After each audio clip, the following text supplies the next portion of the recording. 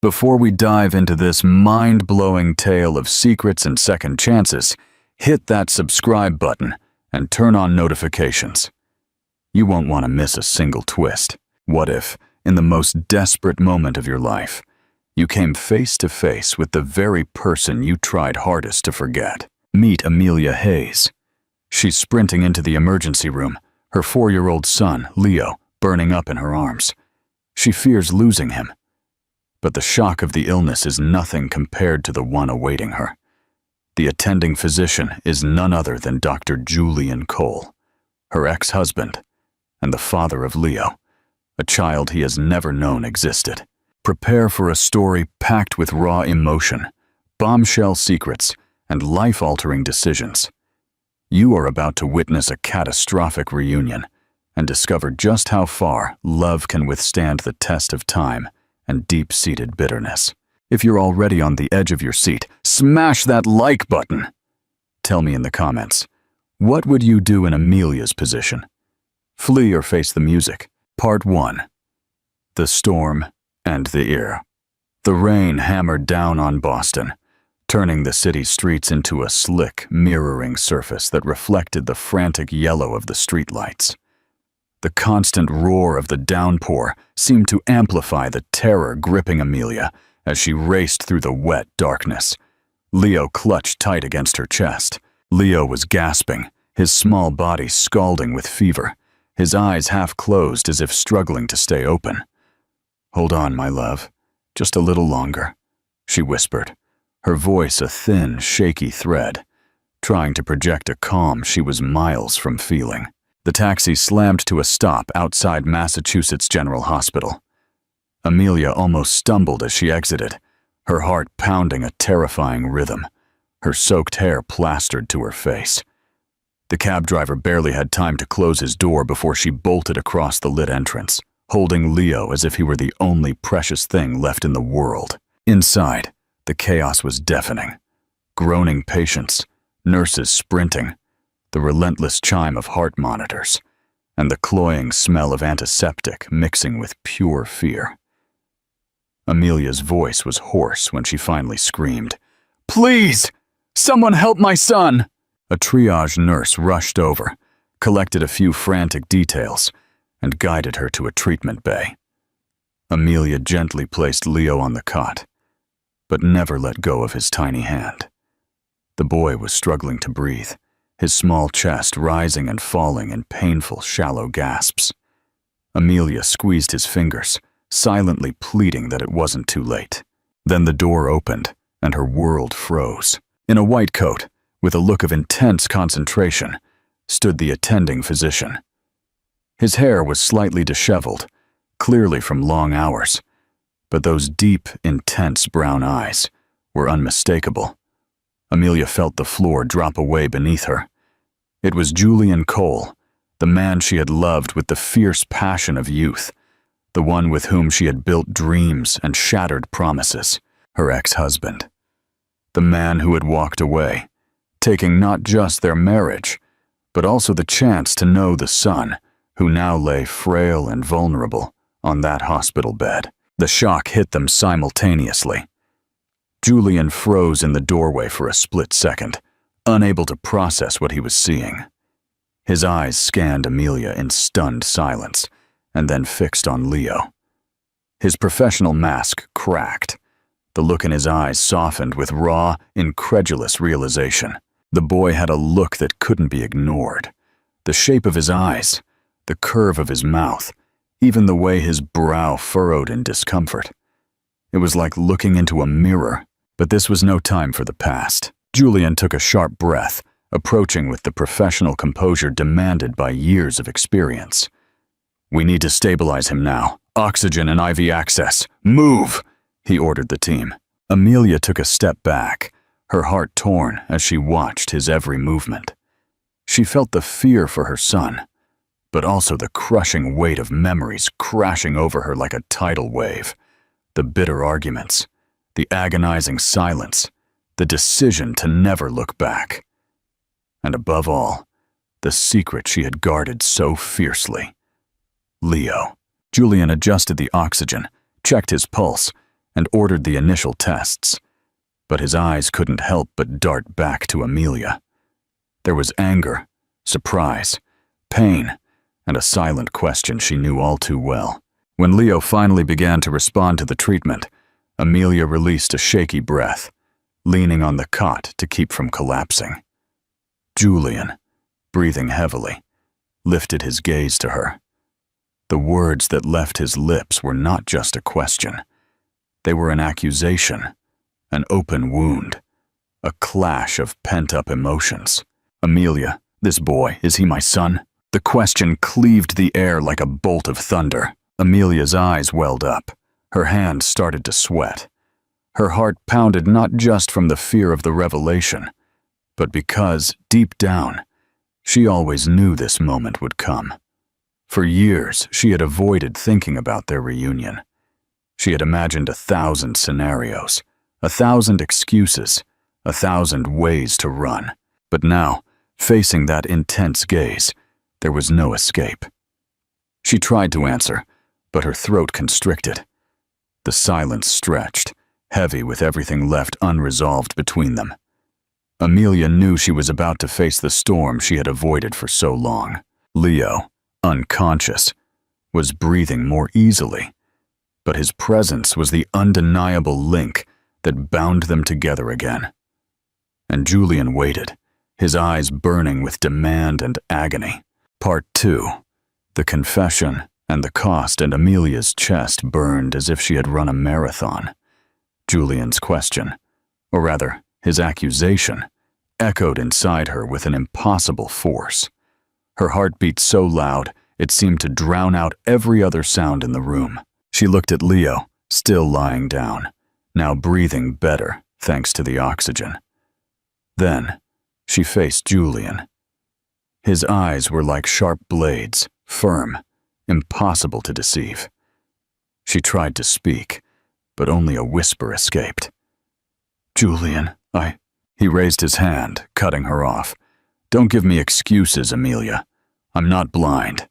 His features, he looks exactly like me, even the way his brow furrows when he's asleep." Amelia looked away, clutching her son's hand, seeking strength. The memories hit her like a punch to the gut.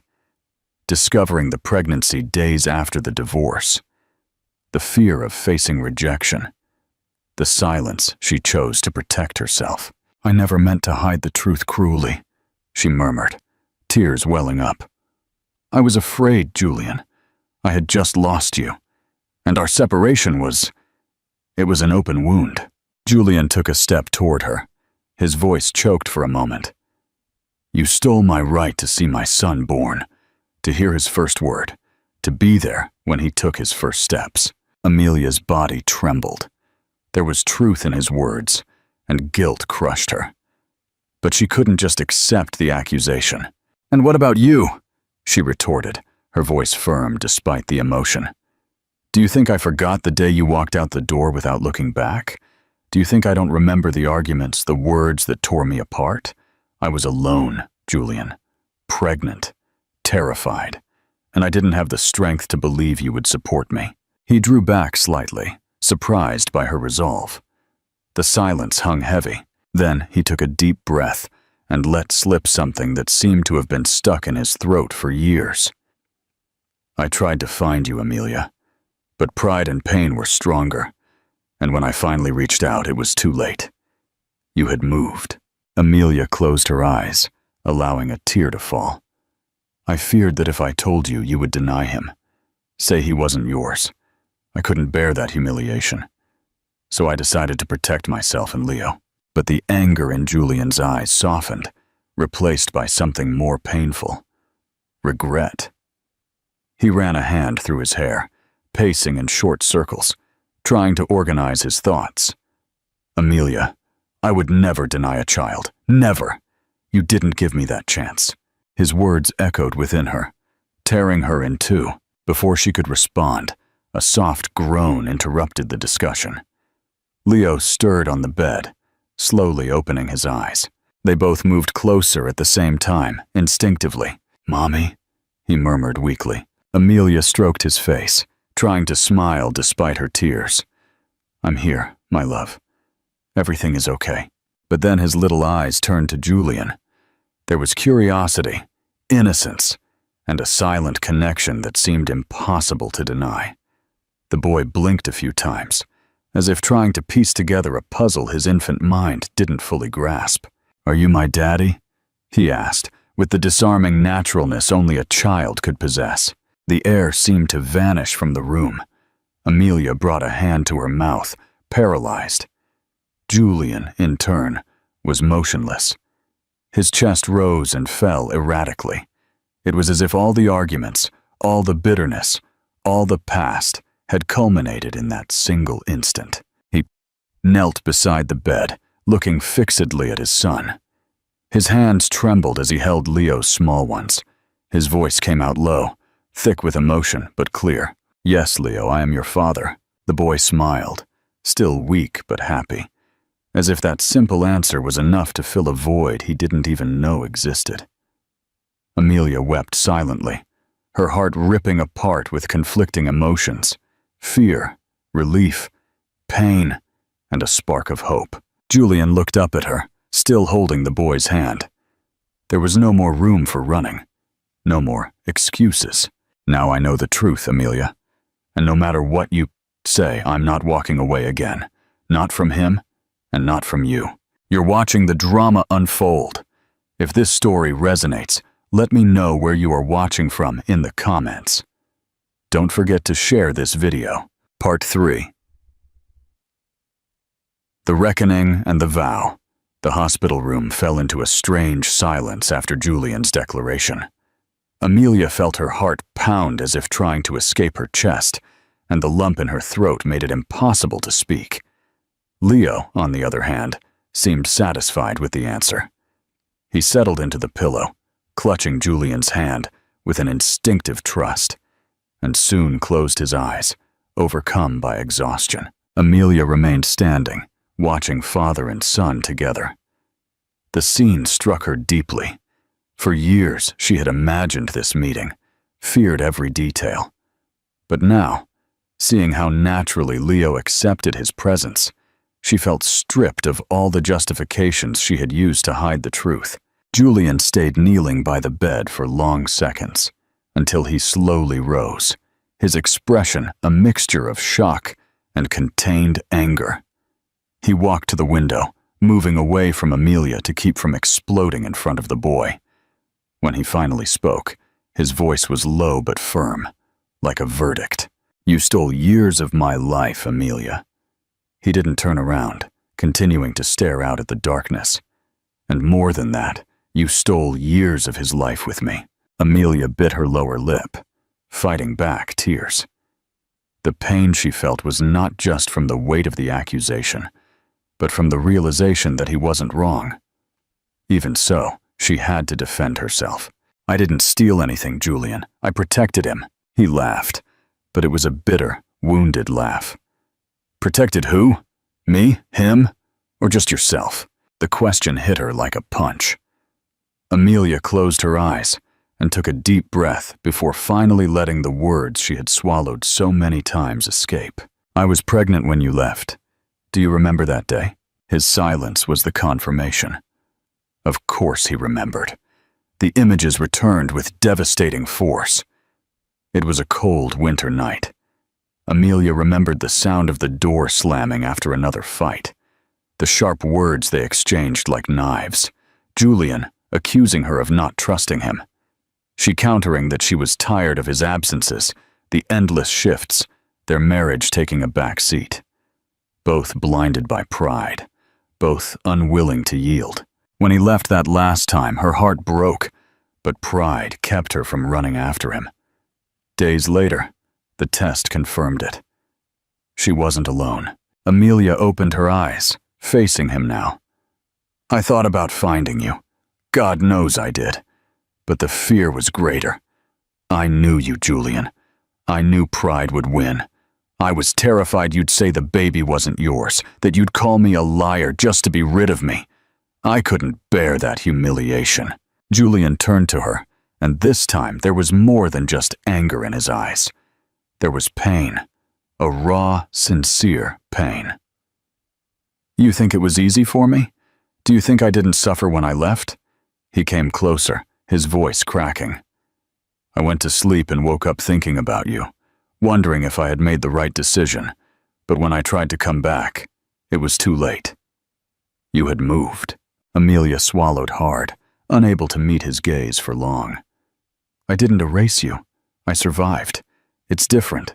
For a moment, they just stood there, breathing heavily, as if every word spoken reopened old wounds that had never healed. Then Julian took a step forward, closing the distance between them. His voice came out lower, imbued with a vulnerability she didn't remember seeing before. You didn't trust me, Amelia, and I didn't trust you either.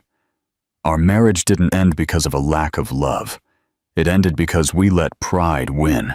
Amelia felt her eyes well up again. Part of her wanted to deny it, to scream that he was wrong. But deep down, she knew he wasn't. The memory of how they had drifted apart, without the courage to truly fight, was the proof. She leaned her back against the wall, exhausted. Maybe you're right, but none of that changes what I did. I hid Leo from you. I made a mistake. Julian approached even closer, stopping so near she could feel the heat of his breath. I don't want to hear you admit you made a mistake. I just want to know if there's still a chance to fix it. Amelia trembled. The weight of his words fell on her like a gale. Part of her heart screamed. Yes, that love had always existed, even hidden beneath layers of pain. But another part, wounded, still hesitated to believe. Before she could answer, the door opened softly. A nurse entered, smiling to see Leo sleeping peacefully. He's fine, just needs to rest now. She left without noticing the storm brewing in the air. Amelia let out the breath she was holding. Julian, in turn, took a step back, but his eyes remained fixed on hers. It wasn't just anger. It wasn't just pain. It was a stubborn, living love, burning like a flame that refused to be extinguished. Part 4. The long night and the truth. The deep hours of the night dragged on in the hospital. The clocks ticking on the wall seemed to mock Amelia's anxiety, each second heavier than the last. She sat by Leo's bedside, watching her son sleep with still fragile but steadier breathing. She ran her fingers through his hair, clinging to the gesture to keep from falling apart. The door creaked softly, and Julian entered. He carried the fatigue of consecutive shifts, but his gaze was firm, decided. He had the posture of a doctor, but there was something different about him tonight. The expression of a father determined not to leave. He'll need to stay under observation for a few days, he said, his voice controlled. Routine tests, monitoring, nothing unexpected. But we need to be careful. Amelia nodded without taking her eyes off her son. I'm not leaving here. Neither am I. The answer was quick, almost cutting the air between them. She looked up, surprised. Julian, you have other patients, other commitments. You can't be stuck here. He approached, pulling up a chair and sitting on the other side of the bed. I've already lost too many years of his life. I'm not losing another moment. The silence that followed was dense. Amelia wanted to argue, but the firmness in his voice left no room. So she just watched. For long minutes, they remained there, on opposite sides of the bed, like guardians of the same treasure. Leo stirred in his sleep and let out a small whimper. Julian rose quickly, adjusted the pillow, and pulled the blanket up to the boy's chin. Amelia watched him silently. There was something so natural in the way he cared for his son that her heart ached. That scene was simultaneously comforting and painful, a snapshot of what could have been, snatched away by pride. Hours passed. The hospital, in its nighttime rhythm, grew quieter. Amelia got up to stretch her legs and walked out into the corridor. The cold lights illuminated the polished floor and the air smelled of disinfectant. She took deep breaths, trying to compose herself, when she heard firm footsteps approaching. "You're forcing yourself to endure more than you can," Julian said, stopping beside her. "I can tell." She crossed her arms as if erecting an invisible barrier. "I've endured it alone for years, Julian. This is nothing new." He faced her, and there was pain in his eyes. "It didn't have to be this way. If you had just trusted me." "Trust?" Amelia interrupted him, her voice thick with emotion. "Do you remember what it was like? The fights, the silence, the distance. I didn't even trust myself back then." Julian sighed, running a hand through his hair in frustration. "I know I made mistakes, but..." His voice failed for a second before recovering. "But I never stopped loving you, Amelia. Never." The words echoed inside her like a lightning strike. Amelia looked away, feeling the tears threaten to escape. "Don't say that. Not now. I can't handle this while my son is like this." He took a step forward, closing the distance. "I know you feel it too. I saw it in your eyes today. When he called me Daddy. You didn't push me away because you didn't love me anymore. You pushed me away because you were afraid." She swallowed hard, trying to maintain control. "What I feel doesn't matter, Julian. Leo is what matters." For a moment, they simply stared at each other. The tension was palpable. Julian slowly raised his hand, hesitating before touching her arm. The warmth of the gesture made her tremble, reminding her how many times that simple contact had disarmed her in the past. "I'm not giving up," he said, firm. Almost a whisper. "Not on him, not on you." Amelia closed her eyes, breathing deeply, trying to find the strength to resist. But part of her was already yielding, even against her will. This man who had hurt her so many times still had the power to make her feel alive in a way no one else ever could. Before any answer could be given, a nurse hurried past them, casting a curious glance at the two. Amelia quickly moved away, returning to the room. She sat beside her son's bed, but the echo of Julian's words wouldn't leave her mind. "I never stopped loving you." Julian followed, saying nothing, and returned to his chair. They remained silent, watching Leo sleep. But there was something different in the air. A barrier had cracked, and no matter how small the opening, it already let through a light that Amelia could no longer deny. Part 5. Dawn, a promise, and the new crisis. The morning sun sliced through the hospital windows, filtered by the light curtains, and casting golden patterns on the floor. Amelia woke with her body aching from the uncomfortable position in the armchair.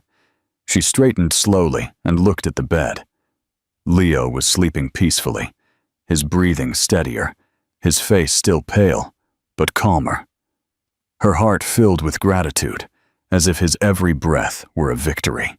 On the other side, sitting silently in the chair, was Julian. His eyes were tired, his face unshaven, but his presence was firm. He didn't look like a doctor on shift. He looked like a man keeping a vigil, someone who wouldn't allow anything to happen to his son. Amelia watched him for a few seconds, and a knot tightened in her throat. There was tenderness in that look, and it confused her even more. He noticed she was awake and held up a cup of coffee. "Brought you this. The cafeteria opened early." Amelia accepted it silently. The warmth of the drink contrasted with the cold she felt inside. She took a sip and sighed before speaking. "You didn't have to stay here all night." "Yes, I did," he replied without hesitation. "You still don't understand, Amelia. I'm not leaving him again." His words hit her like a blow. Amelia stood up and walked to the window, afraid to face him directly. The sun seemed to shine only outside. Inside her, there was a storm. "You talk as if it's simple, as if you can just decide to stay, and that's it." Julian stood up too, his voice heavier. "It's not simple, it never was, but it's necessary. I've wasted enough time, I won't waste any more." Amelia closed her eyes, feeling the tears sting. "You talk as if I'm the only one who made a mistake, But you left me, Julian. You made me believe I wasn't the priority. I raised Leo alone. I faced endless nights, bills, Kupa, all by myself. And now you show up and talk as if you can erase all that with a few words. Hitite approached, his face etched with pain. I don't want to erase anything, Amelia. I want to mend it. I know I failed. I was proud, blind. But if there's a chance to fix it, I'll fight for it. For you, for him. Amelia spun around abruptly, her eyes welling up. What if I can't trust you again? What if I believe you and you abandon me another time? I can't risk it, Julian. I can't put Leo on that emotional roller coaster. He took a step closer, closing the gap. His voice was firm but soft. I can't promise we'll never disagree, but I promise I won't run away again. Ever. Amelia felt her defenses waver. The memory of the man who made her smile so many times, who made her feel safe, mingled with the pain of the nights she cried alone. It was a suffocating conflict. The flame of love still burned, but the ashes of the past insisted on covering it. She took a deep breath, trying to regain control. You talk as if it's easy to forget what happened, but it's not. What I felt doesn't just disappear. Julian approached a little more until he was just inches away. I don't want you to forget. I want you to give me the chance to show you that I've learned, that I can be different. The silence between them was broken only by the beeping of the monitors. Amelia wanted to back away, but couldn't.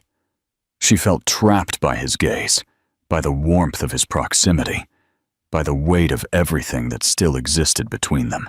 Before she could answer, the door opened. An assistant physician entered, looking serious.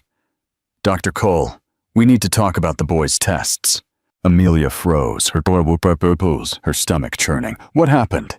The assistant hesitated, looking at Julian, as if unsure whether to speak in front of her. But Julian nodded. Go ahead.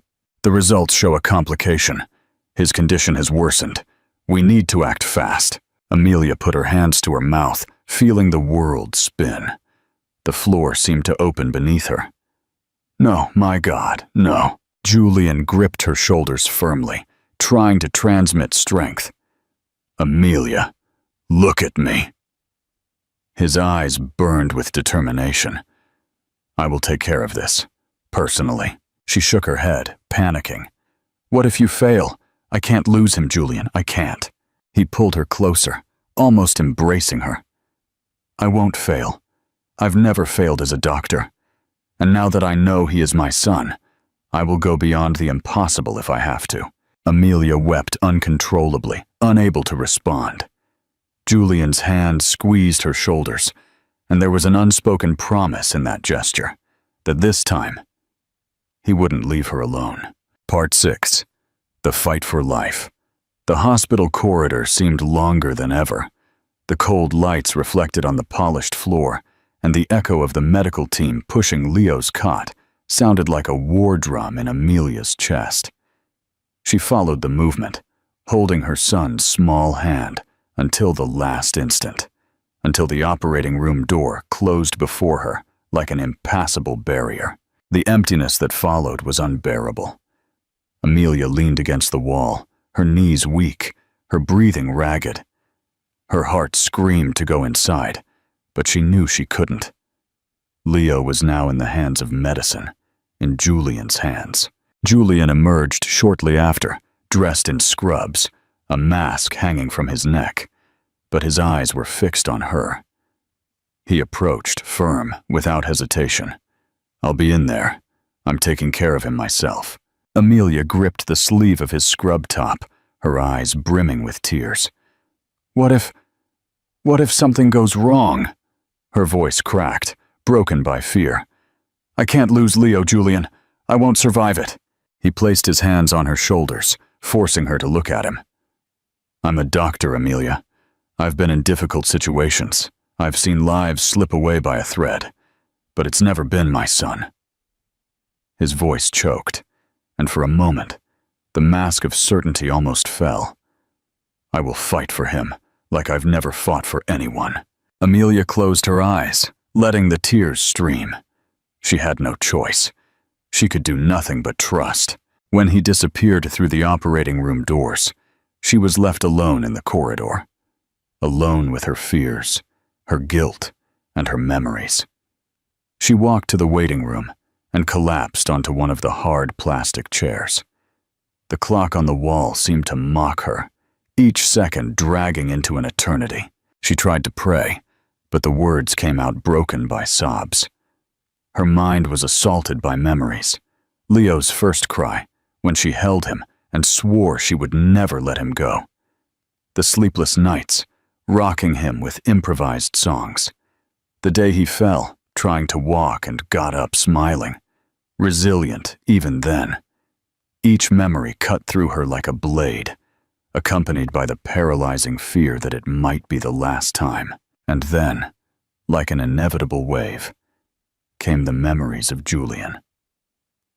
The first kiss, stolen in a college hallway. The wedding full of promises, the days they laughed together, believing the whole world fit inside their love. And then, the fights, the harsh words, the slammed door, the pain of losing not just her husband, but her best friend. Amelia hugged her own shoulders, as if to protect herself from the loneliness. But the loneliness seemed to have its own voice, whispering, "You should have told him. You should have trusted him." Meanwhile, inside the operating room, Julian faced the most important battle of his life. Masked and gloved, sweat pouring under the intense focus of the light, he coordinated every movement of the team. His heart was in conflict. The cold mind of a doctor demanded precision, but the heart of a father screamed in desperation. Every beep of the monitor seemed to echo inside him. Every variation in the numbers was like a knife plunge. "Pressure stabilizing," one of the nurses reported. Julian kept his hands steady, but his welling eyes betrayed the weight of it all. "Not now. Not on my watch. I won't fail you, my son," he thought. "I lost years of your life, but I won't lose the rest." The hours felt like days. Amelia, in the waiting room, paced back and forth, unable to sit still. Every time the door opened for a staff member, she held her breath, expecting news. But none came, until, finally, the doors swung open, and Julian appeared. He walked slowly, pulling down his mask, his scrubs stained. Amelia ran to him, her heart in her mouth, unable to breathe. His expression was exhausted, but there was a light in his eyes. "He's fine," he said, his voice choking as a contained smile broke through. "Leo is strong. He will recover." Amelia brought her hands to her face, sobbing loudly, a cry that mixed relief and gratitude. "My God, thank you, thank you." Before she could stop herself, she fell into his arms. Julian held her tightly, as if that hug was the only anchor keeping them both grounded. He rested his chin on the top of her head, eyes closed, finally allowing himself to breathe. "He'll need care, monitoring, but he's out of danger." Julian's voice was low, but every word was a balm to Amelia. "Our son will live." The word "our" echoed within her like a powerful beat. For the first time, Amelia didn't just feel fear. She felt supported. She felt she was no longer alone in this fight. She pulled back just enough to look into his eyes. She said nothing. She didn't need to. The silence between them was charged with something new, or perhaps too old to be ignored. The certainty that, despite everything, love still existed there. Part 7.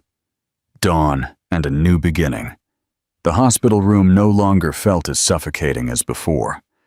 The open curtains let in the morning sun, spreading a gentle warmth that contrasted with the cold nights Amelia had endured inside. Leo was sleeping on his side, his face resting on his small hand, breathing peacefully. The constant hum of the machines no longer sounded like a threat, but a reminder that the worst was over. Amelia adjusted her son's sheet, and allowed herself to sit in the armchair, her body still exhausted, but her soul relieved. As she watched Leo, a shy smile bloomed on her lips. For the first time since the storm began, she felt she could breathe without the crushing weight of fear. On the other side, sitting silently in the chair, was Julian. His eyes were tired, his face unshaven, but his presence was firm. He didn't look like a doctor on shift. He looked like a man keeping a vigil, someone who wouldn't allow anything to happen to his son. Amelia watched him for a few seconds, and a knot tightened in her throat. There was tenderness in that look, and it confused her even more. He noticed she was awake and held up a cup of coffee. "Brought you this. The cafeteria opened early." Amelia accepted it silently. The warmth of the drink contrasted with the cold she felt inside. She took a sip and sighed before speaking. "You didn't have to stay here all night." "Yes, I did," he replied without hesitation. "You still don't understand, Amelia. I'm not leaving him again." His words hit her like a blow. Amelia stood up and walked to the window, afraid to face him directly. The sun seemed to shine only outside. Inside her, there was a storm. "You talk as if it's simple, as if you can just decide to stay, and that's it." Julian stood up too, his voice heavier. "It's not simple. It never was. But it's necessary. I've wasted enough time. I won't waste any more." Amelia closed her eyes, feeling the tears sting. "You talk as if I'm the only one who made a mistake. But you left me, Julian. You made me believe I wasn't the priority. I raised Leo alone. I faced endless nights, bills, fear, all by myself. And now you show up and talk as if you can erase all that with a few words." Hituati approached, his face etched with pain. "I don't want to erase anything, Amelia. I want to mend it. I know I failed. I was proud, blind. But if there's a chance to fix it, I'll fight for it. For you, for him." Amelia spun around abruptly, her eyes welling up. "What if I can't trust you again? What if I believe you, and you abandon me another time? I can't risk it, Julian. I can't put Leo on that emotional roller coaster." He took a step closer, closing the gap. His voice was firm but soft. "I can't promise we'll never disagree, but I promise I won't run away again. Ever." Amelia felt her defenses waver. The memory of the man who made her smile so many times, who made her feel safe, mingled with the pain of the nights she cried alone. It was a suffocating conflict. The flame of love still burned, but the ashes of the past insisted on covering it. She took a deep breath, trying to regain control. "You talk as if it's easy to forget what happened, but not. What I felt doesn't just disappear." Julian approached a little more, until he was just inches away. "I don't want you to forget. I want you to give me the chance to show you that I've learned, that I can be different." The silence between them was broken only by the beeping of the monitors. Amelia wanted to back away, but couldn't. She felt trapped by his gaze, by the warmth of his proximity, by the weight of everything that still existed between them. Before she could answer, the door opened. A medical assistant entered, smiling to see Leo sleeping in peace. "He's fine, just needs to rest now." Amelia let out the breath she was holding. Julian took a step back, but his eyes remained fixed on hers. The final emotional barrier had broken. In that moment, Leo stirred and opened his eyes slowly. When he spotted Julian, he opened a lazy smile. "Daddy, did you stay?" Julian smiled back, stroking the boy's hair. "Of course I stayed, champ, and I'm going to stay always." Amelia felt her eyes water. Leo looked happy, whole, as if he had always known Julian. "Mommy, is Daddy going to live with us now?" Leo asked, with the childlike naturalness that made the question still more poignant. Amelia froze. Julian, however, was quick. "I don't know how things will be yet, son, but I know one thing. I won't leave either of you. Never again." Leo smiled, satisfied. After a few moments, Julian broke the silence, looking at Amelia. "I know you don't fully trust me, Amelia, and maybe you shouldn't yet. But let me try, one day at a time. I don't want to return to your life as a storm. I want to return as a shelter." Amelia breathed deeply, fighting the torrent of emotions. She had fear, yes, but looking at Julian's commitment, she finally felt she could allow herself to believe. It wasn't a complete forgiveness, but it was a crack, a small opening that let the light through. Wait. The final choice. Hours later, the responsible doctor authorized Leo's discharge. The walk out of the hospital was symbolic. Amelia on one side, Julian on the other, and the boy walking between them, holding their hands. It was as if destiny were offering them a new chance. In the parking lot, Leo ran a few steps ahead, distracted by the cars. Amelia took the moment to face Julian. "So, what now?" she asked, her voice low, almost fearful. He took a step toward her, maintaining a firm gaze. "Now I want to prove I can be different, not just for you, but especially for him." "And what if I can't forget the past?" Amelia countered. "What if every time I look at you, I remember the pain of loneliness?" Julian approached, enveloping her with the weight of his presence. "I don't want you to forget. I want you to remember everything, but choose to believe that we can be better than we were." Amelia closed her eyes. The fear was still there, but so was the love. She knew she couldn't run forever. Leo ran back and grabbed both their hands simultaneously. "Let's go home," he said, with the innocence that united worlds. Amelia looked at Julian, and for the first time in years, she didn't pull away. Their hands remained intertwined with their son's, and she let the gesture speak for itself. That night, at home, Amelia put Leo to bed. He insisted Julian stay in the room. The two sat beside the bed, listening to the boy talk about the future. "When I get better, can we go to the park? All three of us together?" "Yes, son, we can," Julian replied, stroking his hair. Leo fell asleep soon after. Alone in the living room, Julian looked at her. "I don't want to run from you anymore, Amelia.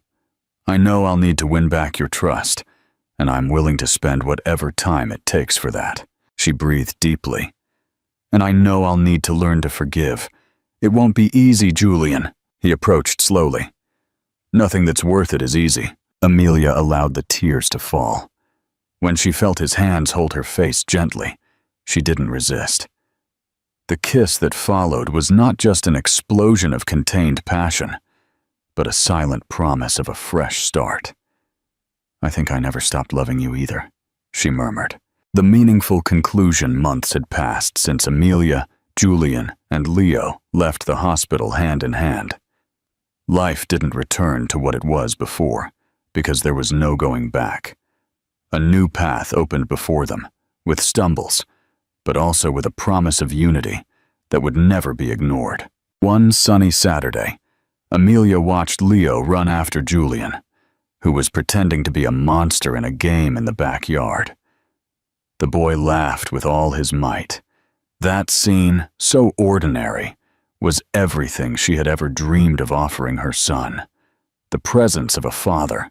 Amelia and Julian discovered that true love is not made of perfection, but of daily choices, of hands that find each other even after years apart, of promises that are reborn with more truth. Looking at Julian holding Leo's hand, she realized that destiny had been harsh, but also generous.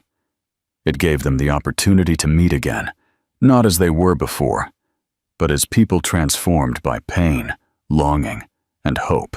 Because in the end, everything that matters are not the falls or the silences, but the courage to take one more step beside the one who never stopped dwelling in our heart. They finally understood. It wasn't just a fresh start. It was the beginning of the life that was always meant to be. If you were moved by Amelia and Julian's triumphant love story, subscribe to the channel, leave a like, and comment. Amazing story, below to let me know you're with me. If this powerful story resonated with your heart, remember to subscribe to the channel, leave a like, and comment "Amazing story" below to let me know you're with me. Let the world know that second chances are worth fighting for.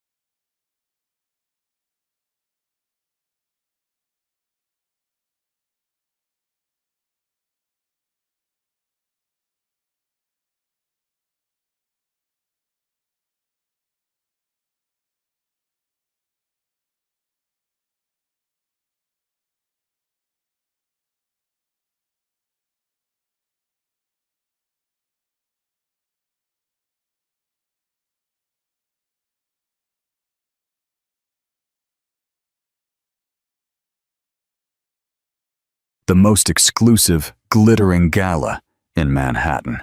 A woman, the secret founder of the world's most enigmatic fashion house, stands alone, an apparition in a simple dress her husband despised.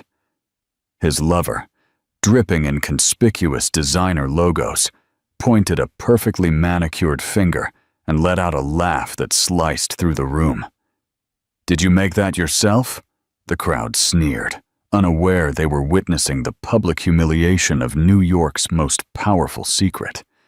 They thought she was a nobody, a discarded wife about to be traded in. They had no idea the plain dress she wore was worth more than every jewel in the room, because she didn't just wear the brand. She was the brand. Like this video right now, if you think quiet confidence always beats loud arrogance. And subscribe to the channel for more stories of ultimate revenge. The gold cage on Fifth Avenue, the silence in the Fifth Avenue penthouse was a living thing. Dense, suffocating. It clung to the minimalist furniture and crept across the polished marble floors, a constant, unwelcome guest in the home shared by Vivian and Marcus Sterling. It was a silence born not of peace, but of 1,000 unsaid resentments. Vivian sat on a cream-colored sofa, a sketch pad open on her lap, but her charcoal pencil remained still. Her gaze was fixed on the sweeping view of Central Park, its autumn colors a vibrant tapestry that felt a world away from the sterile gray of her life. Marcus entered the room, not with a greeting, but with the rhythmic tapping of his thumbs on his phone screen. He loosened the silk tie from his neck, a gesture of a man shedding a disguise, though to Vivian he never stopped wearing one. He was Marcus Sterling, a titan of private equity, a man whose photo frequently graced the pages of Forbes and the Wall Street Journal. He moved with an aura of unshakable importance, a gravitational force demanding admiration. For 10 years, Vivian had orbited him, a silent, inconsequential moon to his blazing sun. "Still wearing that?" he said, his eyes scanning her linen loungewear with contempt. It wasn't a question. It was an indictment. "I was working," Vivian replied, her voice soft, easily absorbed by the cavernous room. She closed the pad, hiding the intricate design she'd been perfecting. "Working," Marcus scoffed, a small, cruel smile playing on his lips. "Darling, your little hobby is charming, but let's not call it work. Work is closing a 9-figure deal, not drawing." He waved vaguely at her book, as if the concept itself was beneath his comprehension. His study, a sun-drenched room at the far end of the penthouse, was his sanctuary. Marcus called it her hobby room. He had no idea it was the global headquarters of a silent empire. He had no idea the sketches he despised were the genesis of Aura, the world's most enigmatic and coveted fashion house. A brand so exclusive it didn't advertise, had no street-level stores, and operated solely by referral to its clientele of billionaires, royalty, and A-list celebrities. They knew the brand only by its discreet logo, an elegant A stitched in silver thread, and its mysterious founder, known only by the same initial, A. "The gala is tonight, Vivian," Marcus continued, already heading toward his master suite. "The Metropolitan Museum Philanthropic Gala. Everyone who matters will be there. I need you to step up. For once." The words were a familiar sting. He saw her as a liability, a simple accessory he was obliged to carry. He wanted a trophy, and in his eyes, she was a participation ribbon. "I have a dress," she said, her voice steady, despite the tremor in her hands. "Is it the Chanel I sent over?" he called from the bedroom. "The black one. It's safe." Safe. The word was a cage. Her entire life with Marcus had been safe. A safe, respectable marriage to a powerful man. A safe, luxurious home. A safe, predictable existence where she was seen, but never truly noticed. But safety had begun to feel like a slow, elegant form of suffocation. The real Vivian, the ambitious, brilliant creator of aura, was gasping for air. Later, standing before the mirror in her dressing room, a vast space filled with designer clothes she rarely wore, she looked at the black Chanel dress Marcus had chosen. It was beautiful, classic, and absolutely devoid of personality. It was a uniform for the wives of powerful men. Next to it, hanging in a simple garment bag, was her own creation. It was the dress from her sketchpad, brought to life. The fabric was a unique blend of silk and charcoal she'd developed with a small Italian atelier, a material that seemed to drink the light, shifting from a deep, bizarre gray to liquid silver with every movement. The cut was deceptively simple: a high neck, long sleeves, and a column silhouette that skimmed the body. But its genius lay in the details: a cascade of incredibly fine, hand-stitched pleats falling down one side. A signature aura technique, known by its devout followers as the cascade stitch. It was elegant, understated, and powerful. It was everything she was, and everything Marcus failed to see. Her phone vibrated on the vanity, a message from an unknown number. Her heart slammed against her ribs. It had been happening for months. Anonymous messages, glimpses of another woman's life intertwined with her husband's.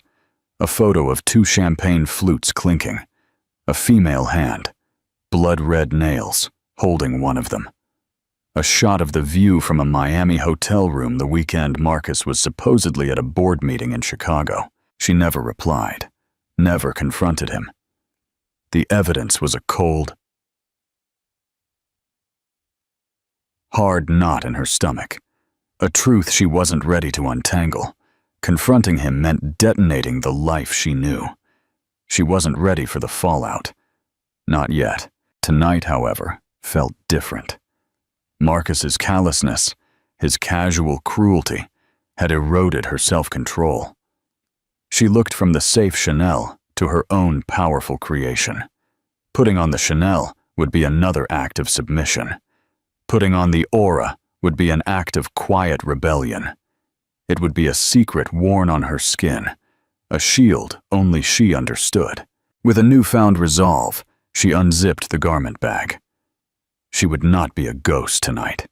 She would be herself. When she emerged from the bedroom, Marcus was waiting by the door, theatrically checking his Patek Philippe watch. He looked up, and his face registered a fleeting confusion before snapping back to his usual mask of disapproval. "What is that?" he demanded, his eyes scanning the dress. "Where is the Chanel?" "I decided to wear this instead," Vivian said, her voice level. "You decided?" He let out a short, humorless laugh. "It looks homemade, Vivian. We are going to be photographed. This is not the night for your little craft projects. Go change, now." The finality in his tone was absolute. It was an order. For 10 years, she would have obeyed. But tonight, the woman who built a $100 million company from scratch found her voice. "No," she said. It was a single, unheeded word, yet it hung in the air between them like a steel barrier. "I am wearing this dress." Marcus stared at her, his jaw tight with rage. He was about to argue, to command, but the chauffeur honked from the lobby. They were running late. With a sound of pure disgust, he stepped around her. "Fine," he snarled. "But when people laugh, don't come crying to me. Stay out of my way tonight. Mingle with the other wives. Just don't embarrass me." He stormed out of the penthouse without a backward glance. Vivian took a deep breath, the unique silk of her own design cool and comforting against her skin. He thought the dress was her weakness. He had no idea it was her armor. The unmasking at the Met Gala. The grand ballroom at the Met was a breathtaking spectacle of power and wealth. Towering arches, priceless artwork, and floral arrangements the size of small cars formed the backdrop for New York's elite. The air vibrated with a symphony of whispered conversations, the clinking of champagne flutes, and the near-constant flash of photographers. Vivian Sharp moved through it all like a phantom. As soon as they arrived, Marcus had abandoned her, marching off to shake hands with a senator with a practiced grip and smile. This was his home turf, and she was, as instructed, staying out of his way. She held a glass of champagne she had no intention of drinking. From the periphery, she watched the social ballet. The forced smiles, the air kisses that never landed, the shrewd eyes assessing every dress, every jewel for its worth and status. Her dress, in contrast, was a whisper. A few people glanced her way, their eyes passing over the simple dark silhouette, thinking nothing of it. Just another wife, unremarkable, easy to forget. The thought, which once would have stung, now brought a small, secret smile to her lips. Let them think that. Let everyone underestimate her. A sudden commotion near the grand entrance caught her attention. A new arrival was making an entrance, and it was not subtle. A woman with platinum blonde hair piled high, encased in a skin-tight, fire-red dress, covered in shimmering, unmistakable Gucci logos. A large matching clutch was tucked under her arm, and her wrist was heavy with a diamond-encrusted Rolex. She laughed, a loud theatrical sound designed to draw every eye in the room, and on her arm, beaming with possessive pride, was Marcus. The cold knot in Vivian's stomach tightened into a block of ice. It was her, Serafina Vance, the woman from the anonymous photos, the blood-red nails. Seeing her in person, clinging to her husband at the most public event of the year, was a different kind of pain. It was a brazen, public declaration of his betrayal. He wasn't even trying to hide it. Marcus led the woman through the crowd, introducing her not as a date, but with a thin veneer of professionalism that fooled no one.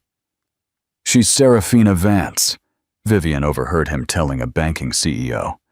"An incredibly talented marketing consultant, instrumental in our new European expansion."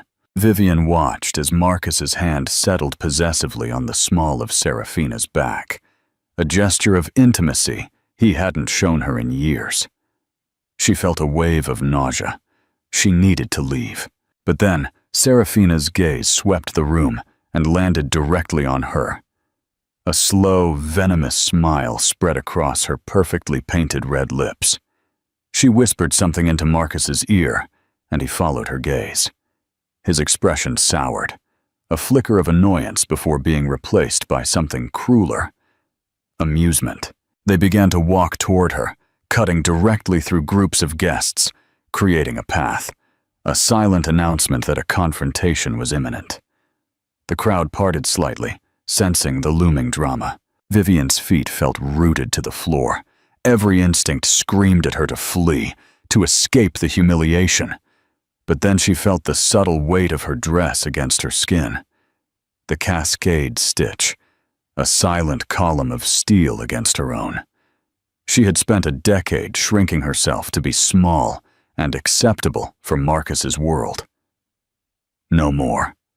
She lifted her chin, her expression serene, and waited. Serafina stopped a foot away from Vivian.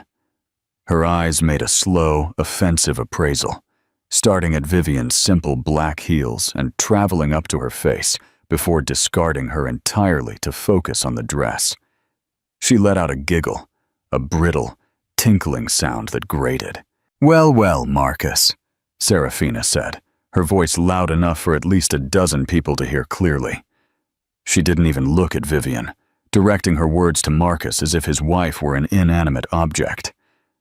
"I see what you mean. You really let her out in that." Vivian remained silent, her gaze steady, her posture unshakable. She refused to give them the satisfaction of a flinch. "What fabric is that even?" Serafina continued, taking a half-step closer and feigning examination of the sleeve. "It's so dull. It sucks all the light. In such a beautiful room, darling, you're not supposed to disappear." She punctuated her statement with a condescending pout, then looked to the listening crowd, soliciting their affirmation. Marcus, to his eternal shame, played his part. He smirked, a look of shared mockery passing between him and his mistress. "I tried to tell her, darling. I bought her a gorgeous Chanel dress. Classic, elegant. But she insisted on this little craft project." "Oh, darling, did you make it yourself?" Serafina finally deigned to look Vivian in the eye, hers wide with faux sympathy. "How quaint. Did you take a class? It's just the stitching here." She gestured with a long, red lacquered nail toward the intricate cascade stitch. "It's all bunched and strange. It looks like it was made in a home ec class. You know, for a man of Marcus's status, one would expect his wife to at least wear something that wasn't a cry for help." The insult was precise, designed to inflict maximum damage. It targeted not only her appearance, but her perceived lack of status, her supposed incompetence, and her reliance on Marcus's wealth. Vivian could feel the weight of their pity, the burn of second-hand embarrassment. Her mind raced. A part of her, the part conditioned by a decade of disparagement, wanted to crumble. But the other part, the part that had negotiated with astute Italian mill owners, managed a global logistics network, and designed dresses that princesses wore in secret, was incandescent. A cold, clear rage. They were mocking her life's work. They were mocking her very soul, and they didn't even know it. She took a slow, deliberate sip of her champagne. Her eyes never left Serafina's. She placed the glass on a passing waiter's tray with a silent click.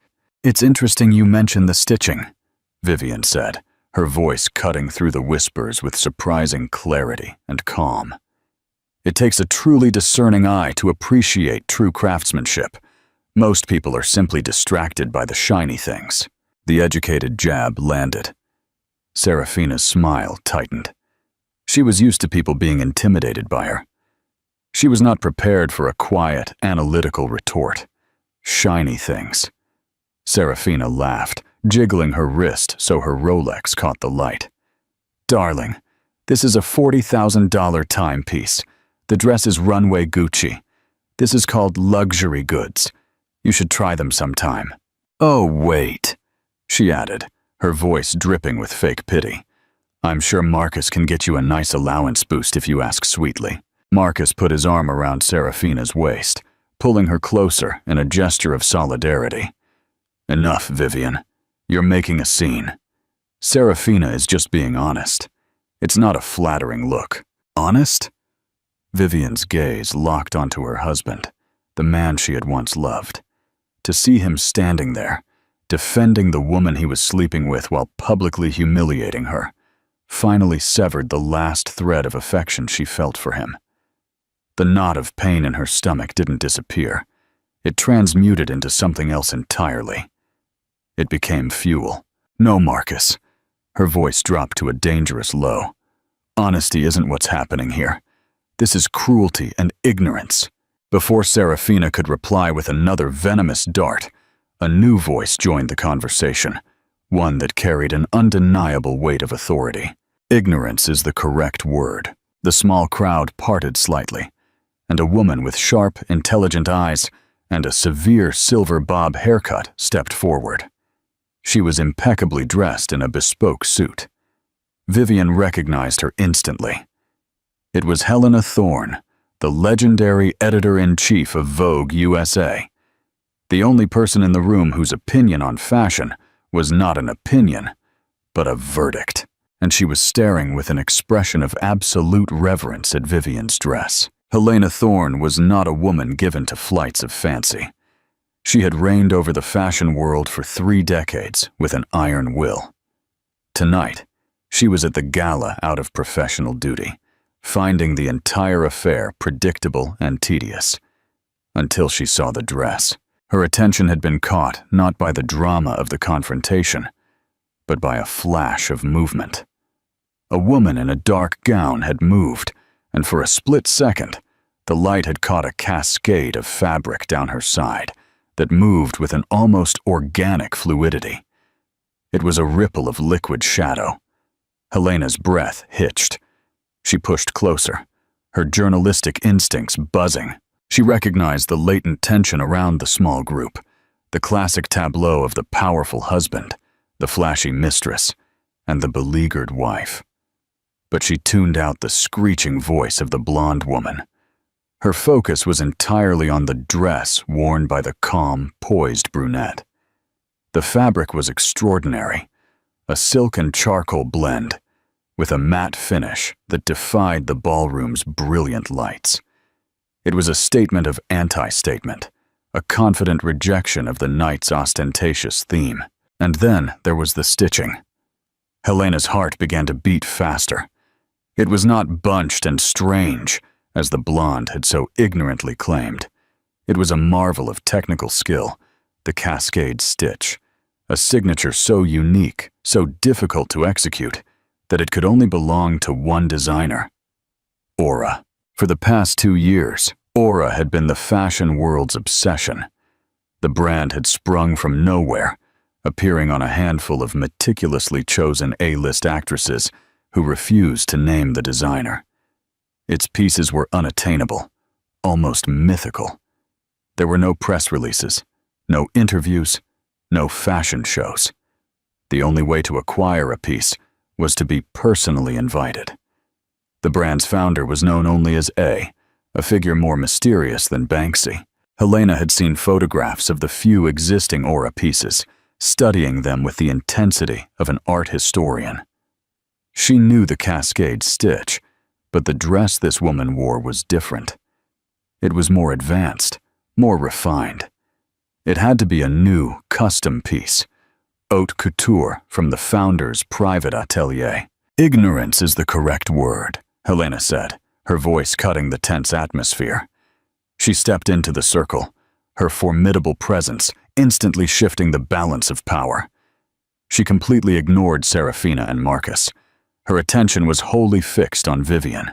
"I apologize for interrupting," she said, her tone respectful, almost reverent. "But I've been watching your gown for the last 10 minutes. It is without question the most magnificent piece in this room tonight." A collective gasp went around the onlookers. Serafina's jaw slackened. Her smug expression crumbled into confusion. Marcus looked annoyed. Who was this woman to interrupt his drama? Helena took another step closer to Vivian, her eyes tracing the line of the cascade stitch with professional adoration. "That gown, it's an Aura, isn't it?" The name dropped like a bomb. Whispers erupted. Aura, the brand everyone wanted, but no one could get. Serafina scoffed, trying to regain control. "A what? It looks like something from a department store basement." Helena didn't even grant her a glance. Her sharp gaze remained fixed on Vivian. "But this design," she continued, her voice filled with intellectual excitement. "I've never seen it cataloged. The stitching work is a level above the main collection. It's from the new Atelier collection, isn't it? A private commission?" The entire social ecosystem of the gala seemed to freeze. Gossip, networking, flirting. It all ceased as everyone within earshot strained to listen. The demure and berühmte wife of Marcus Sterling was wearing a custom gown from the world's most mysterious and exclusive fashion house. The narrative had just taken a sharp turn. Marcus was staring at Vivian, a flicker of disbelief in his eyes. He knew the name Aura. One of his wealthiest clients, a Saudi princess, had been on a wait list for an Aura coat for over a year. Vivian felt a rush of adrenaline. This was the moment, the precipice. She could retreat into the shadows or step into the light. She met Helena Thorne's inquiring, intelligent gaze and saw not a threat, but an ally. She gave a small, "It is." The confirmation sent another shockwave through the crowd. Helena leaned in slightly, her voice dropping to a conspiratorial whisper. yet still audible to those nearby. "I must know. My magazine has been trying to land an interview with the founder for a year. The secrecy is maddening. No one knows who they are. They only go by A." The stage was set. The audience was captive. Vivian took a slow breath. She looked past Helena. Her gaze settled on her husband's stunned face, and then on Serafina, who was now a mask of pure, baffled fury. She held their stares as she spoke the line that would shatter their world. "I didn't acquire it," Vivian said, her voice perfectly calm, perfectly clear. "I designed it. I am A." For one heartbeat, the only sound was the faint, distant melody of the string quartet playing in the main hall. The 60 or so people in the immediate vicinity froze, processing the words that had just been uttered. "I am A." Then, chaos erupted. The first sound was Serafina's choked gasp. Her face, moments earlier flushed with triumphant cruelty, went bone white beneath her expensive foundation. Her mouth opened and closed, but no sound came out. She looked as if she'd been struck by lightning. The second sound was the blinding, percussive burst of a dozen camera flashes firing at once. Society reporters and photographers, who had been lazily documenting the gala's luminaries, suddenly smelled blood in the water. This was no longer a petty domestic spat. This was the scoop of the decade. The ghostly founder of Aura was not a reclusive European couturier. She was Vivian Sterling, the understated, overlooked wife of a private equity magnate. And she had just unmasked herself in the middle of her own public humiliation. "Mrs. Sterling! Mrs. Sterling!" Questions came like machine gun fire. "Are you really the Aura founder? Why have you been anonymous all this time? Is this your official reveal?" Microphones and iPhones lunged toward Vivian's face. The crowd of onlookers transformed into a frenzied press mob, shoving and jockeying for position. Helena Thorne, ever the professional, acted fast. She placed a protective arm over Vivian's shoulder and turned toward the frantic reporters. "Ladies and gentlemen," Helena announced, her voice cutting through the noise with practiced authority. "You are witnessing a historic moment. Mrs. Vivian Sterling, the creative genius behind Aura, has arrived. She will be giving Vogue an exclusive interview next week. For now, please give her space." It was a masterstroke. She had claimed the scoop and protected Vivian in one move. Marcus was paralyzed, his face a grotesque tableau of shock and dawning horror. His mind, usually so quick to calculate, was short-circuiting. Vivian. His quiet, boring, hobby-drawing Vivian. Vivian, the creator of Aura, the brand whispered about in the world's most exclusive boardrooms and royal courts. It was impossible. It was ridiculous. And yet he saw it. The late nights in her study he'd dismissed as aimless meandering. The mysterious deliveries of fabrics he'd complained about cluttering the service elevator. Her quiet confidence, which had so infuriated him earlier tonight. It all clicked into place with sickening clarity.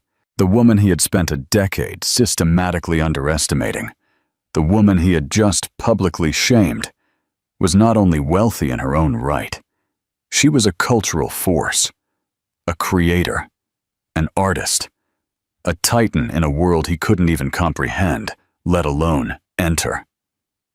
The power dynamic of their entire marriage had just reversed in the most spectacular way imaginable. But it was Serafina's reaction that was most telling. Color was returning to her face in patchy red splotches of pure rage and mortification. The gown she was wearing, the Gucci logos that had been her armor, her symbol of superiority, now looked utterly pathetic. It was mass-produced luxury, a loud, desperate scream for attention. The dress Vivian wore was the opposite. It was a whisper of true power, a secret handshake among the global elite. And Serafina had just called it homemade trash in front of Helena Thorne. She stared at the cascade stitch on Vivian's dress, the very detail she had mocked, and saw it for what it was. A mark of genius. The crowd was no longer looking at her with envy. They were looking at her with contempt. Marcus, finally reacting, scrambled to save the situation. His career was built on perception, and the perception of this moment was catastrophic. He tried to force a proud, supportive smile onto his face. "Of course," he boomed, stepping forward and attempting to put his arm around Vivian. "I have always been my wife's biggest supporter. Her creativity is boundless. We just wanted to keep it private for her sake." It was a weak, transparent lie, and everyone knew it. Vivian took a subtle step to the side, causing his arm to drop awkwardly into the empty space between them. The rejection was silent, but under the glare of the flashes, it was devastating. It was a clear, public separation. She turned to Helena, completely ignoring her husband. "Thank you, Helena. An exclusive interview sounds marvelous. Shall we have our teams connect tomorrow?" "Absolutely, dear," Helena beamed. She had her headline, "The Unmasking of A." Empowered, Vivian turned and began to walk away from the scene of her humiliation, which had now become the stage for her coronation. She did not retreat. She walked deeper into the heart of the gala. The sea of people parted for her as if she were royalty. The whispers that followed her now were not of pity, but of awe. She passed a reflective marble column and caught sight of herself, a woman in a simple dark dress. But for the first time, she was not a phantom. She was a contained, silent thunderstorm, ready to strike. She had not just reclaimed her narrative, she had set it on fire. The final word. The explosion from the gala was not a contained event. It was a nuclear detonation that sent shockwaves worldwide. By the time Vivian returned to the penthouse alone, the story was already the #1 global trending topic. Aura founder, Vivian Sterling. The dress. Her phone, which had been silent for years, was a brick of notifications. The headlines were sensational. The fashion phantom revealed, from dismissed wife to design mogul, the story that rocked the Met Gala. Serafina Vance had instantly transformed from an object of envy into a global meme. Her name became shorthand for ignorant arrogance. Serafina the Snooty was the internet's preferred nickname. Vivian took off her heels and walked to the floor-to-ceiling windows, looking out at the glittering city that now hummed with her name. She felt a profound sense of release, as if she had been holding her breath for 10 years and had finally exhaled. The fear was gone, replaced by a steely calm. The sound of the penthouse door slamming open made her turn. Marcus stumbled in, his face pale and haggard. His perfect tuxedo was rumpled, his tie undone. He looked like a man who had just survived a shipwreck. "Vivian," he croaked, his voice hoarse. "You have to help me. You have to issue a statement. Tell them I was aware. Tell them it was a marketing stunt we planned together." Vivian simply looked at him, her silence more damning than any accusation. "Do you understand what has happened?" he ranted, pacing the room like a caged animal. "My phone hasn't stopped ringing. My investors, my partners, they are laughing at me. It makes me look weak, powerless." "You are weak, Marcus," Vivian said, her voice devoid of emotion. "And you are a fool. You stood there and let that woman tear me down to boost your own pathetic ego." You smirked. I will never forget that smirk. Desperation seized him. He changed tactics. His voice softened, turning supplicating. "Vivian, Josie, please. Think of everything we built together, this home, our life. I love you. I was an idiot. I was stressed about work. She meant nothing to me. It was a mistake. Let's fix this. We can be a power couple, you and I. Sterling and Aura. We can be unstoppable." It was the most pathetic, transparent display she had ever witnessed. He didn't love her. He loved what she now represented: power, prestige, and a level of cultural cachet his money could never buy. "There is no we, Marcus," she stated, walking toward her bedroom. "There is you, and there is me. And as of tonight, our lives are no longer connected." She paused at the entrance. "My lawyer will be sending documents to your office in the morning. I expect you to be gone when I return."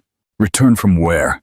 he asked, his voice cracking up. "I'm checking into the Plaza Hotel," she said. "I need a place to work where I'm not bothered by the stench of betrayal." The legal dissolution of their marriage was, despite everything, an anticlimax. Vivian sat in a sterile, glass-walled conference room, the final divorce decree spread before her. The public disgrace clause, a relic of a time when Vivian had a foresight she didn't even know she possessed, had been Marcus's undoing. The court of public opinion had already delivered its verdict, and the legal one was mere formality. As Vivian picked up the heavy gold-plated pen, she felt no anger or triumphant joy. She simply felt light. For 10 years, the name Vivian Sterling had felt like a costume she wore. By signing this paper, she was shedding a skin that had become too tight. With a steady hand, she signed her name, her own name, reclaimed. Final reflection and call to action. Vivian's story is a powerful reminder that true value is measured not in flashy logos or the approval of others, but in the quiet confidence of your own creation. She traded a toxic marriage for a global empire, proving that the best revenge is not just living well, but building a legacy that they can only watch from the outside. She didn't need to scream to be heard. Her genius whispered, and the world leaned in to listen. Tell us in the comments. What did you think of the ultimate fate of Marcus and Serafina? Do you think the karma was fair to them? If you were moved by Vivian's incredible journey from humiliation to triumph, please don't forget to hit the like button. Share this video with someone who needs a dose of inspiration, and subscribe to our channel for more unforgettable stories of karma and justice. Thank you for watching. The Price of Arrogance, the exclusive interview. It was 3 weeks after the gala. Marcus Sterling was holed up in a lavish, anonymous hotel suite, having been forced out of the Fifth Avenue penthouse by his lawyer's urgent advice. He sat hunched over a sleek mahogany desk, the room's oppressive silence punctuated only by the clinking of ice in his glass. He had spent those weeks attempting damage control, a frantic, humiliating series of calls to investors who refused to take them, and leaked, desperate interviews where he tried to paint himself as the supportive, misunderstood husband. All his efforts had been futile. He was radioactive. His name, once synonymous with power, was now a punchline. Then, the new issue of Vogue USA arrived. Marcus's assistant, a trembling young man named Greg, placed the magazine on the desk like it was a live grenade. The cover was stark, impossible to ignore. Vivian Sharp. She was wearing a simple tailored aura coat in bone white, her face serene, eyes looking directly into the lens with a quiet, unyielding power. The headline screamed, "Aura Rising, the genius who refused to shout." Marcus dismissed the assistant with a curt wave and snatched the magazine. He flipped through the pages with a bitter, shaking hand past the high-fashion spreads and glossy ads until he reached the feature article. The accompanying photos were a masterpiece of storytelling. There was a full-page shot of Vivian in the old Fifth Avenue penthouse, his penthouse, in what used to be her hobby room, now revealed as her global headquarters. She was sitting amidst sketches and fabric swatches, the city skyline spread behind her, a true empress surveying her domain. The article, penned by Helena Thorne herself, was a masterpiece of elegance and subtle cruelty. Vivian never named Marcus or Serafina, but the narrative made it clear. For years, the founder of Aura, known only as A, chose to work in total anonymity, letting the craftsmanship speak for itself. It was a philosophy of quiet luxury long before the trend, a deliberate choice to reject the noise and vanity of a world focused on status symbols over substance. I asked Ms. Sharp if her decision to unmask herself at the Met Gala was a planned act of retaliation against the very world she chose to observe from afar. Her response was simple. It was an act of self-reclamation. When you are dismissed for being quiet, sometimes the greatest statement is simply to walk into the light and confirm your existence. Marcus felt a searing heat spread across his cheeks. Dismissed for being quiet. That was him. His casual, decade-long contempt distilled into a single, damning phrase. He had dismissed a creative force of nature, a brilliant businesswoman, and an artist, all because she didn't fit his loud, shallow definition of success. He continued reading, his eyes darting across the pages, searching desperately for any mention of his support or partnership. But the article was meticulous.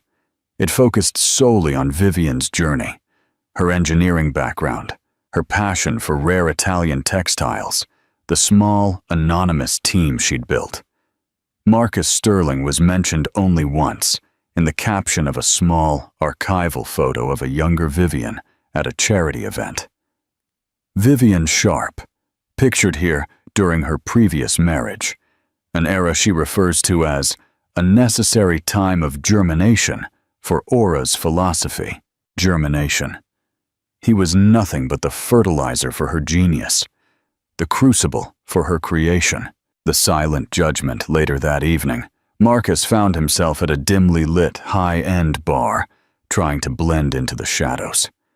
He ordered his third whiskey, the amber liquid doing little to dull the cold dread in his stomach. Suddenly, a voice smooth and cold as steel addressed him. "Marcus, fancy seeing you here." He looked up. It was Geraldine Hayes, a powerful socialite and venture capitalist who sat on the board of one of his biggest holdings. She was alone, impeccably dressed, and her expression was pure disdain. "Geraldine, good to see you," Marcus mumbled, attempting his practiced, confident smile. She did not return it. She simply raised the copy of Vogue she held clutched in her hand. Vivian's interview is exquisite, don't you think? Such clarity, such integrity. We've always valued that at Hayes Capital. He felt his carefully constructed facade crack. "It's a great piece. I always told her she should." Geraldine cut him off with a gesture of impatience. "Marcus, I read the filing. Your attempt to claim even a fractional share of Aura's intellectual property has been deemed frivolous by the court. We are moving forward with the divestment of your shares next week. We cannot have a chairman whose personal brand is synonymous with such blatant underestimation of talent." The words were precise, surgical. It wasn't about money or infidelity. It was about his judgment. His fatal flaw was not being a philanderer, but being a fool. "This is an overreaction, Geraldine. This is personal," he protested weakly. She leaned in, her eyes sharp. "No, Marcus. This is business. You failed to recognize a $100 million asset that was sleeping right beside you. That is a failure of vision. You are no longer an asset to us. You are a liability. Your ex-wife, on the other hand, is the single most valuable brand in luxury right now. She chose to be silent. You chose to be noisy, and the noise always fades." Geraldine Hayes turned and walked away, leaving Marcus alone with his glass and the magazine. He looked down at the image of Vivian's serene face on the cover. She hadn't needed to say a single vengeful word. Her success, her calm, her undeniable power. That was the silent, final judgment. He had lost everything because he couldn't see the value of the woman he possessed. What is the most painful thing Marcus lost? His company status, his wealth, or the public perception of his power? Let us know in the comments. Share this video if you agree that the greatest downfall is caused by arrogance. The haunted storefront, it was a cold, gray afternoon in late November. The entire episode with Vivian Sharp and the aura reveal was now a case study in business schools and a cautionary tale in society columns. The name Serafina Vance had been permanently replaced by the nickname the internet had bestowed upon her, Serafina the Snooty, the woman who mistook true luxury for a homemade craft project. Serafina was pacing inside a cavernous, empty retail space on Madison Avenue. Just 6 months ago, she was at the peak of her consulting career, her services sought after by major European luxury brands, eager to break into the exclusive New York market. Now, she was negotiating the rental of this space for a small, obscure accessories line, a desperate attempt to reinvent herself. She stopped by the large glass window, adjusting the collar of her expensive, yet now slightly dated coat. Her trademark bright red nails, once a symbol of her brazen confidence, now seemed a touch vulgar. A young woman in a chic, understated cashmere sweater paused outside the window, talking animatedly on her phone. Serafina caught a snippet of the conversation. No, seriously, imagine the lack of taste. Calling an aura piece homemade. She didn't just lose her man. She lost her social relevance. No one trusts her judgment now, darling. Not after the Vogue article proved she couldn't spot quality if it slapped her in the face. The young woman, who was likely an up-and-coming social media stylist, laughed brightly and walked away, completely oblivious to Serafina's presence. Serafina clenched her fists. It was always about Vivian now. Vivian's silence had become a symbol of integrity. Serafina's loudness, a symbol of ignorance. The brands she had once represented, the very Gucci logos she had used as a weapon, had quietly distanced themselves, unwilling to associate with a figure who had become a global shorthand for social faux pas. The empty phone. Her phone buzzed, but it wasn't a call from a client. It was an email from her landlord, reminding her that the deposit was overdue. Suddenly, the bell on the storefront door chimed softly. A woman entered. Tall, impeccably dressed in a muted gray tailored suit. Serafina brightened, forcing a professional smile. "Ms. Vance?" the woman asked, her voice cool and measured. "Yes, I'm Serafina Vance. Are you here about the consultation for—" The woman cut her off with a polite, firm lift of her hand. "I'm here from Sterling & Associates," she said, naming Marcus's crumbling private equity firm. "I'm delivering a document." She handed Serafina a heavy manila envelope. Serafina's heart sank. She recognized the typeface on the return address. "Oh, is this from Marcus? What is this about?" "Mr. Sterling instructed me to deliver this. He stated it contains a formal notice of termination of your association, effective immediately. It also includes an invoice for all outstanding fees related to the liquidation of assets associated with Project Red Velvet, the code name for your marketing initiative last summer." The phrase Project Red Velvet was a final, cold jab, a sterile, corporate reference to their sordid affair. Marcus, now drowning in his own financial and social ruin, was cutting every single non-essential anchor. And Serafina, the dazzling accessory he had once paraded, was just another liability to be liquidated. Serafina felt her meticulously applied composure crack. "He can't do this! I have emails! I have proof we were—" "Ms. Vance," the woman interrupted, her tone flat. "The firm is dissolving. Mr. Sterling is focused on legal matters and has instructed all non-core expenditures to cease. He specifically requested that I convey this message. Tell Ms. Vance that sometimes the simple, handmade items last longer than the factory-produced knockoffs." The woman turned and walked out, her footsteps echoing on the bare marble floor. Serafina stood alone in the empty storefront. She looked at the heavy envelope, a bill for their brief, destructive fling. She looked at her reflection in the glass, a woman dressed in loud luxury, utterly, devastatingly alone. She had spent her career trying to buy and brand a sense of superiority, only to be dismissed by her lover with a mocking paraphrase of her own cruel words. The greatest irony was complete. Serafina, the queen of status, had become a rejected, disposable commodity. Do you think Serafina deserved this outcome? Or was Marcus simply deflecting his own failures onto her? Share your thoughts in the comments. Subscribe to the channel and hit the bell for more stories where social karma serves justice cold. The future of Aura. A conversation with Vogue. The vision for quiet luxury. It was a crisp morning in the Plaza Hotel suite. Sunlight streamed through the tall windows, illuminating rolls of exquisitely soft fabrics draped over minimalist furniture. Vivian Sharp, now the public face of Aura, sat across from Helena Thorne, the formidable editor-in-chief of Vogue USA. They were reviewing the final proofs for Vivian's exclusive feature. Helena set down her teacup, her gaze sharp and penetrating. Vivian, your story is a cultural phenomenon. It has validated a seismic shift in consumer desire, the rejection of loud logos for quiet, undeniable quality. But now the world is watching. They want more. They want Aura to shout.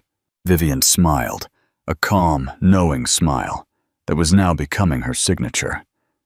That's precisely what we won't do, Helena. Aura was born in silence, and that is where our power remains. We are not interested in volume. We are interested in resonance. But how do you scale a philosophy of unmarketing? Helena pressed, flipping to a stunning photo of the cascade stitch dress. Your valuation has multiplied tenfold. Your demand is infinite. The market requires growth. Vivian leaned forwards, her eyes bright with creative focus. We will grow, but vertically, not horizontally. We will remain small, exclusive, and excruciatingly slow. Our growth will be measured in the quality of the thread, not the quantity of the stores. She picked up a swatch of custom-dyed silk. My philosophy is this: Aura is not for those who want to be noticed, but for those who want to be remembered. We will introduce bespoke atelier lines that take months to create.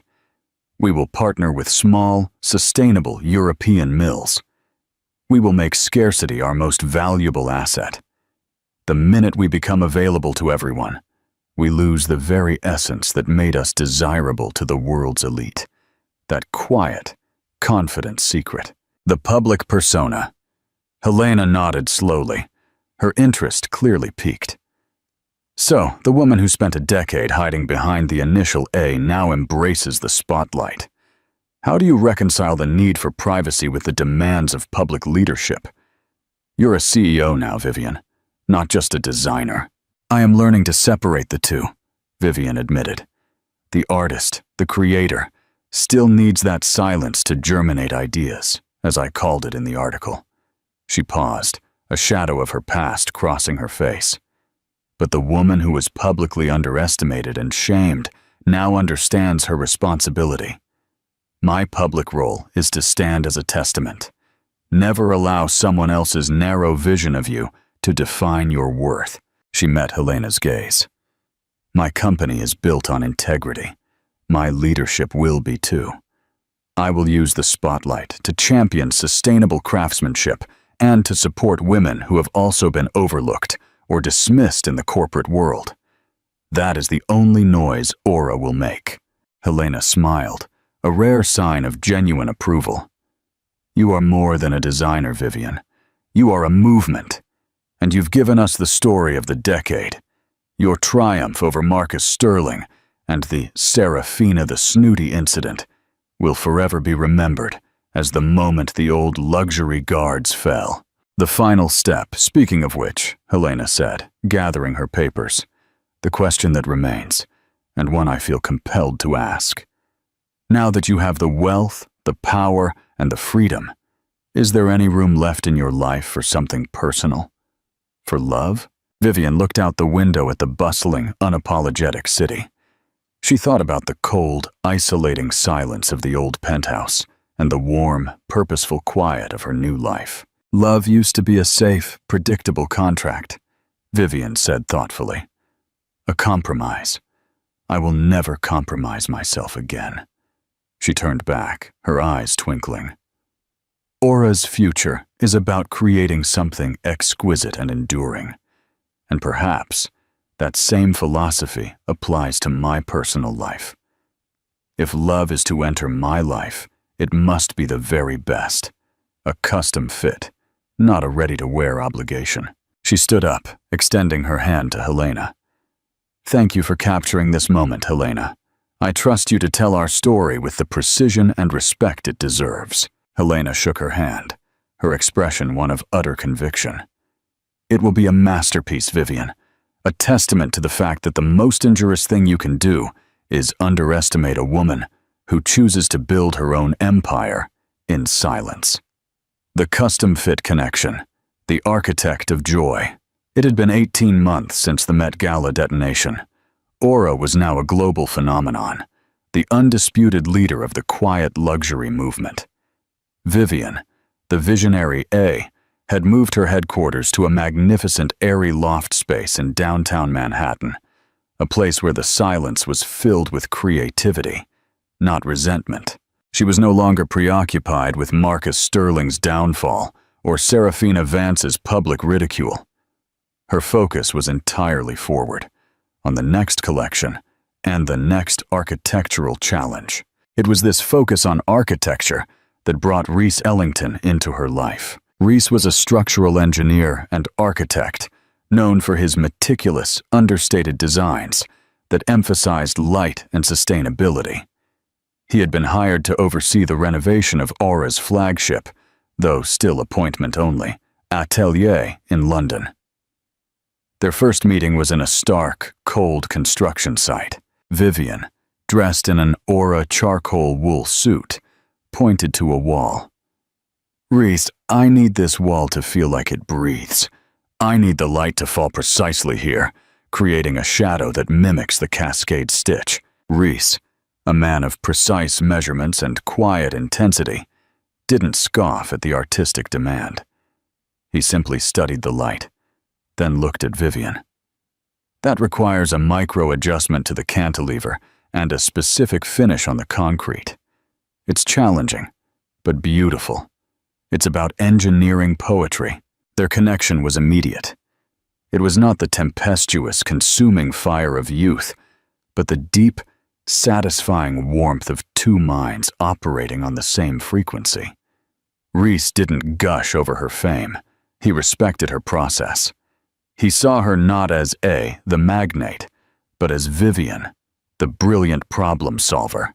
The unplanned dinner, one late Friday evening in New York, after hours spent reviewing structural blueprints, Rhys insisted on dinner, not at a trendy, loud restaurant, but a quiet, tucked-away spot with exceptional lighting and simple, perfect food. As they ate, Rhys noticed the subtle silver stitching on Vivian's sleeve. That stitching, he commented, his voice low.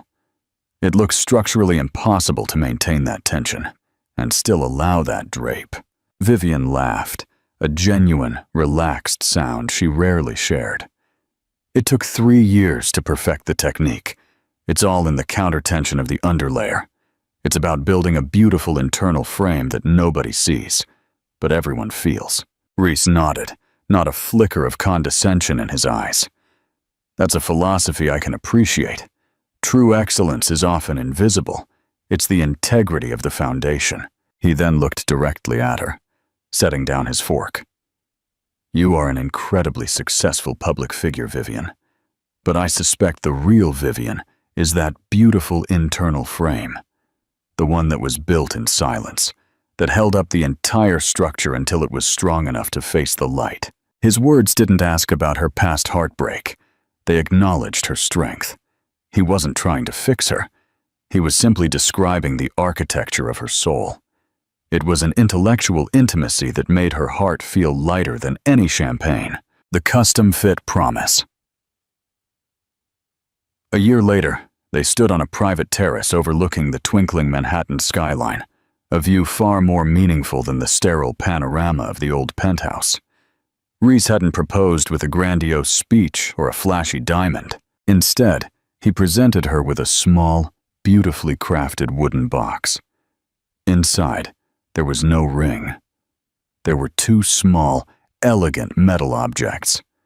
One was a tiny, perfectly miniature silver hook, the kind used in haute couture closures.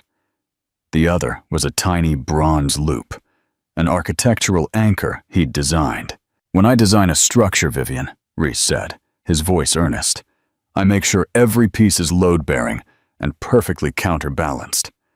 I spent a long time thinking about what would truly fit you." He took her hands. "The hook is you, the quiet, meticulous artistry that fastens everything together. The loop is me, the steady, strong foundation that wants nothing more than to hold you in place without suffocating you." He smiled, a gentle warmth in his eyes. "No compromise, no pretense, just two strong, beautiful pieces that connect without either one losing its function. A true custom fit. Vivian, will you let me be your custom fit?" Tears welled in Vivian's eyes. It was not the emotional storm of a dramatic love story, but the profound, quiet certainty of a life finally aligned. This man didn't see her as a trophy or an asset. He saw her as a design worth his most meticulous effort. "Yes, Reese," she whispered, her voice filled with a peaceful joy. "It's the only design I've ever truly needed." She had built her empire in silence, but her heart had found its perfect, lasting resonance. The woman who once wore an invisible costume now wore her own beautiful, enduring truth. Vivian's journey is the ultimate lesson in discerning value. Never settle for mass-produced relationships when you are a custom-designed masterpiece. She found that the greatest luxury isn't owning things that shout, but possessing the quality of a love that whispers and endures. Tell us in the comments, which of Vivian's partners, Marcus, the obligation, or Reese, the custom fit, do you think represented true power? If Vivian's custom fit ending gave you hope, please like this video, share it with a friend, and subscribe to our channel for more tales of triumph and elegant justice.